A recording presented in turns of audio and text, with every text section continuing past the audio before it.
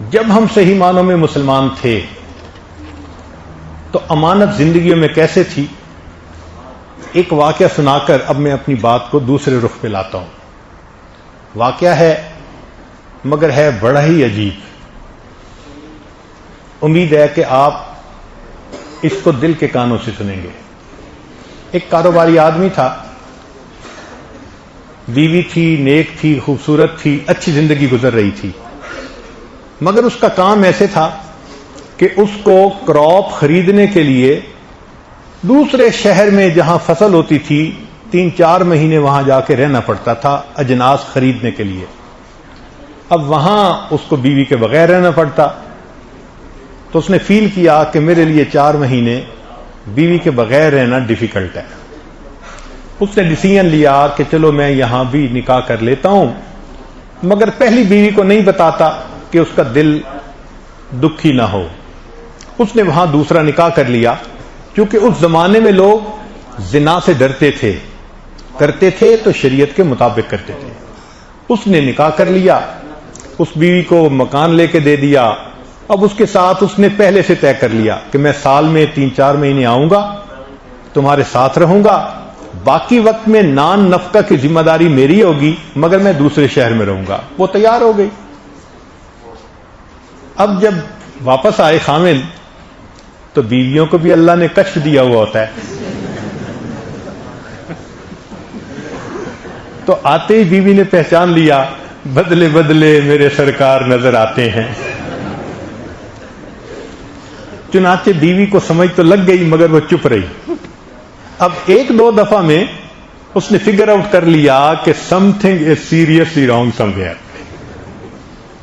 مگر وہ بات نہیں کرنا چاہتی تھی کیونکہ میاں کے ساتھ وہ خوش رہ رہی تھی۔ اس نے ایک بوڑھی عورت کو بلایا اور اس کو کہا کہ تجھے میں اتنے پیسے دوں گی، میرا خاوند فلاں شہر میں جاتا ہے تجارت کے لیے، 3 مہینے وہاں رہتا ہے، ذرا جاؤ اور وہاں کی جا کے مجھے خبر لا کے بتاؤ۔ اور وہ بڑھیا سمجھدار تھی، وہ گئی اور اس نے جا کے 5-7 دن میں پورے رات کو کھول لیا۔ پڑوسی نے بتا دیا، فلاں نے بتا دیا، اس کو پتہ لگ گیا دوسری شادی ہے، بیوی کو رکھتا ہے، ساتھ رہتا ہے، واپس آتا ہے۔ اس نے آ کے بتا دیا۔ اب جب بیوی کو پتہ چلا تو اس کو دل پہ غم تو بہت ہوا، لیکن اس نے سوچا جب میرے ساتھ ٹھیک ہے، بچوں کے ساتھ ٹھیک ہے، خرچہ دیتا ہے، رہتا ہمارے ساتھ ہے، تو چلو اللہ کے حوالے۔ وہ اس غم کو برداشت کر گئی۔ اللہ کی شان کہ کچھ عرصے کے بعد خامد کی وفات ہو گئی۔ جب خامد کی وفات ہوئی تو وہ امیر سوداگر تھا، بہت امیر۔ اب اس کے مال کو تقسیم کیا گیا۔ جب تقسیم کیا گیا تو اس زمانے میں چاندی کے درہم دینار ہوتے تھے۔ اس عورت کا جو حصہ نکالا گیا وہ کہیں 4 بوریاں پیسے کی بھری ہوئی تھی۔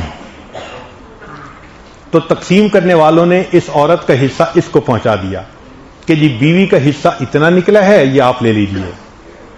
اب جب 4 بوریاں پیسے کی اس کے گھر پہنچی تو یہ گھر میں بیٹھ کے سوچنے لگی کہ جائیداد تقسیم کرنے والوں کو تو نہیں پتا، رشتہ داروں کو بھی نہیں پتا، میں نے تو تحقیق کروا لی تھی نا کہ اس کا نکاح ہے۔